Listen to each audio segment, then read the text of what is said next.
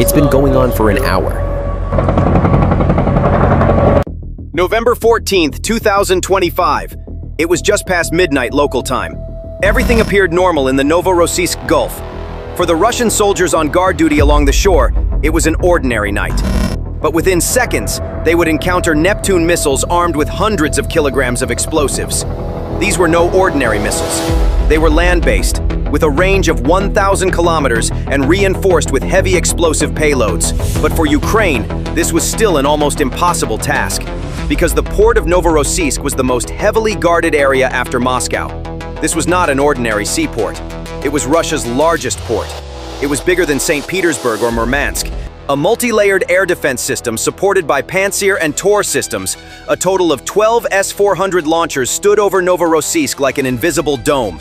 Breaking through this dome seemed impossible even for Neptune missiles. For Russian generals, Novorossiysk was an untouchable box on the map, outlined in thick red. But that night, the generals' complacency would cost Putin's army dearly. Because Neptune missiles were perhaps the only weak point in the seemingly impenetrable S-400 defense. Somewhere in Ukraine, a camouflage truck was quietly waiting, hidden among the pine trees. This truck was stationed in the Odessa region, at least 600 kilometers away from the port. The non-commissioned officer sitting in the driver's seat reached for the red cover beneath the panel, paused for a moment, then pulled it open with a decisive motion. Behind the truck, 4 long capsules rose vertically, like 4 giant tubes almost extending the length of the vehicle, pointing toward the sky. Inside each tube was one of the things the Kremlin feared most at this stage of the war, the long-range land attack version of the Long Neptune cruise missile. The engineer standing next to the TEL looked at the last line on his laptop. Wind, temperature, route, intermediate navigation points, sea skimming profile over the Black Sea. In one corner of the screen, the target package for 4 missiles flashed. The first 2 missiles were for the S-400 clusters stationed at the Kuban Regiment. The last 2 missiles were for the pump stations and tank farm at the Shasharis terminal. The silence was heavy. This silence wasn't just due to the risk. Everyone knew what they were doing. If this launch succeeded, Long Neptune would bury not just a battery, but the S-400 myth and Novorossiysk's untouchable legend. The commander gave a short, clear, ready command. The countdown began. 10, 5, 3. First, a deep rumble split the night. Then the lid of the first capsule at the back of the truck blew open, and a shadow shot out. As soon as the Long Neptune emerged from the tube, the booster ignited, rising vertically amid sparks. Then, a few seconds later, it turned its nose toward the Black Sea and began to descend rapidly. Then the second missile, then the third, then the fourth. The Long Neptunes were gliding at subsonic speed, approximately 900 kilometers per hour, just a few meters above the sea surface. To any distant observer, this was just a line disappearing into the darkness. But hundreds of kilometers away, the fate of a port and an air defense battalion hung in the balance. At that moment, suddenly, in the command shelter of the Kuban Anti-Aircraft Regiment, on the hills east of Novorossiysk, the radar screen in front of the operator on duty was suddenly flooded with red.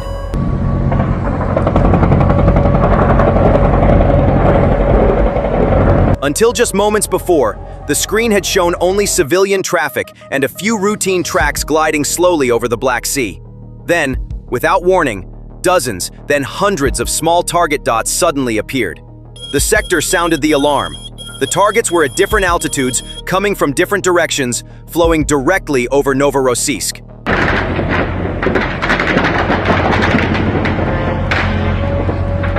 Oh, drone. Drone is here. Oops. The Long Neptunes were flying just a few meters above sea level at that moment, literally skimming the sea surface. This flight profile meant slipping below the radar horizon. The S-400's theoretical range of 400 kilometers was, at that moment, only theoretical due to the curvature of the Earth. No matter how powerful you make the radar, you cannot correct for the curvature of the Earth. Ukraine turned this physics to its advantage. After leaving the missile ramp, the Long Neptune first climbed to a safe altitude and locked its course using INS/GNSS. Then, as it approached the Black Sea, it rapidly descended. It was now both reducing its radar cross-section and advancing in a corridor invisible to the S-400s. Meanwhile, FP-1 and FP-2 kamikaze UAVs deliberately dove into the very heart of the S-400 radar lobes, forcing operators to lock onto weak, hard-to-select echoes. At first glance, the image on the Russian officers' screens was a massive swarm. Target or jammer? Cruise missile or simple quadcopter? The screen was a mess. The Russian operators chose the reflex their training dictated: fire at the most visible, densest cluster. This was the deadliest tactical mistake of the night, because they were decoys sent to overwhelm the radar screen. Soon, long Neptune cruise missiles, each carrying hundreds of kilograms of explosives, would turn this screen and this city into a veritable hell from far behind the map. They were flowing in a wide arc at different altitudes, directly towards the Krasnodar region and Novorossiysk. The drones were infiltrating at low altitude, occasionally changing altitude, jumping their radar tracks, and challenging Russian air defense algorithms. Some were heading towards coastal radar positions, some towards command centers in the interior, and some towards air defense batteries around the port. The Nebo M and 96N6 radars instantly found themselves in the midst of a massive chaos. The screens filled with hundreds of small targets. Threat classification software elevated even these inexpensive drones to high-priority target status. The first Pantsir batteries began riddling the sky. Then, the S-300 and S-400 batteries fired their expensive interceptor missiles. The white streaks piercing the night, the bright explosions opening up in the sky, were reflected in the sailors' cameras at the port like an air defense show. That slightly mocking, "Very nice," comment you hear in the background of those videos was actually a live description of the Russian air defense system consuming itself. Russian operators thought, "We're taking them all down," and excitedly tracked the kill count numbers on the console. But the real critical mistake was made right here. All attention was locked on the sky, on high altitude. The clutter and target swarm on the screen obscured the real threat, because right behind the FP swarms, over the Black Sea, 4 long Neptunes were gliding along the wave crests, slipping in from the very bottom edge of the radar envelope, the dead band. The sea-skimming profile instantly weakened the powerful radars of the S-400s. These systems were designed to hunt high and medium-altitude targets from hundreds of kilometers away. A cruise missile flying just a few meters above the sea surface, remaining just within the horizon line, would only appear on the screen in the final moments as a faint trace. That is, if the operator's eyes weren't elsewhere at that moment. The first 2 long Neptunes rose slightly after crossing the coastline and took on the silhouette of the hills. The IIR heads woke up. Hotspots appeared one by one on the thermal scene. On a hill, a giant 96N6 radar antenna was spinning as an orange spot. Right next to it, the 92N6 engagement radar was visible with its rectangular panel. On a slope, 4 S-400 launchers parked side by side left a warm silhouette in the night's cold with their cylindrical tubes. The software inside Neptune matched this image with a template in its memory. Radar, gunner, launcher, all merged into a single deadly package. The first missile, with a slight nose correction, settled on top of one of the S-400 positions. It came low, rose at the last second, and plunged right into the center of the radar launcher cluster. For a moment, everything froze. Then, a massive explosion rising over the hills split the sky above Novorossiysk. The warhead of the long Neptune detonated next to the launchers parked beside the radar. In the first moment of the explosion, the spinning head of the 96N6 was thrown into the air, its scattered fragments mowing down the surrounding equipment. Milliseconds later, some of the S-400 missiles inside the launchers also reacted and began to explode one after another. It was a chain reaction. First an explosion, then columns of fire gushing from 4 separate points. Cameras on the port side recorded a flash of light, followed by a giant fireball swelling with the second, third, and fourth explosions. The second long Neptune headed for the other cluster seconds later. This time the target was the other launchers clustered near the 92N6 engagement radar. According to telemetry, the missile hit its target with only a few meters of deviation. The same scene repeated itself. First the Neptune strike, then the generators exploding, and finally, a series of S-400 warheads flying into the sky like an uncontrolled fireworks display. Satellite images leaked in the early morning clarified the picture. At least 4 S-400 launchers were destroyed. 2 96N6 early warning radars and 2 92N6 target acquisition radars were completely wiped out.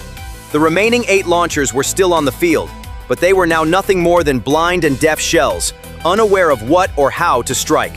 The first two Long Neptunes had completed their missions, breaking through the Kuban regiment's shield, and at that very moment, the other two Long Neptunes had already entered from the Black Sea, following their deadly course towards Shesheri.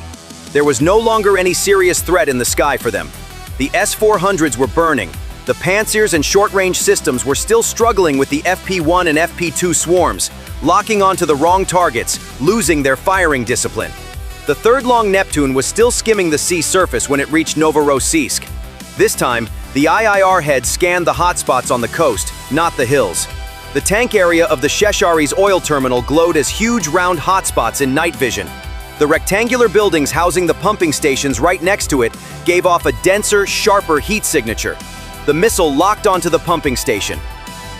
In the final second, it rose slightly, then dove at an almost vertical angle. At the moment of impact, a white light flashed and grew at the heart of the terminal. The Long Neptune's warhead detonated directly above the main manifold. The shockwave shattered the pump system, the command room, and the power distribution center in a single blow. Then the fire, walking through the pipelines, spread through the veins of the port. The fourth Long Neptune was a few seconds behind. Its mission was to render the tank farm inoperable. The missile selected one of the full tanks. Its IIR warhead locked onto its heat signature and shape. The dive, the explosion, then the giant fireball rising into the sky. This was precisely the scene that Turkish sailors at the port described as hellish. The astonished but admiring, "Very beautiful," heard in the background of the footage was, in fact, a summary of the moment when 4 Ukrainian missiles, coming from 1,000 kilometers away, brought one of Russia's most important ports to its knees. 2 Long Neptunes incinerated the S-400 battalion on the hills in a chain reaction, while 2 Long Neptunes plunged like daggers into the pump station and tank area of the Shakaris. The port, which had relied on the S-400s, was suddenly defenseless, completely exposed to Ukrainian UAV swarms and additional attack platforms. A new wave of drones entered from different vectors. Some were verifying the perimeter of the pump area previously hit by Long Neptune. Some were searching for intact facilities, while others were heading for the container yard and the port's internal infrastructure. In the darkness of the night, flashes of explosions multiplied one by one over the bay. A UAV landed on the roof of the Energy Control Center. With the explosion, most of the terminal went into emergency shutdown mode. But since the core of the system that would send the emergency shutdown command had also been hit, not even half of this procedure worked. In the tank yard, new explosions added to the burning of the large tank, which stood like a wounded giant after Neptune's first strike. The fire was not only growing, it was deepening. At the same time, explosions were also recorded in the container yard. At least 1 civilian ship was damaged by falling drone debris and the shockwave, and 3 crew members were reported injured. When these images hit social media, the world realized that Novorossiysk had been hit not only militarily, but also in its civilian aspect. This was no longer the rear front. This was the very heart of Russia's domestic front. The Russian Ministry of Defense made a reflexive statement. 66 Ukrainian UAVs were shot down in the Krasnodar region. Perhaps dozens of drones had indeed been shot down. But this did not change the fact that the main swarm had reached its target. The Russian Defense Ministry's narrative of victory had suddenly become a fiasco. Governor Veniamin Kondratiev could no longer brush off this fire with statements like, "We have it under control." The panic was so great that he was forced to officially declare a state of emergency in the city. Independent Russian sources such as The Insider confirmed that a state of emergency had been declared in Novorossiysk,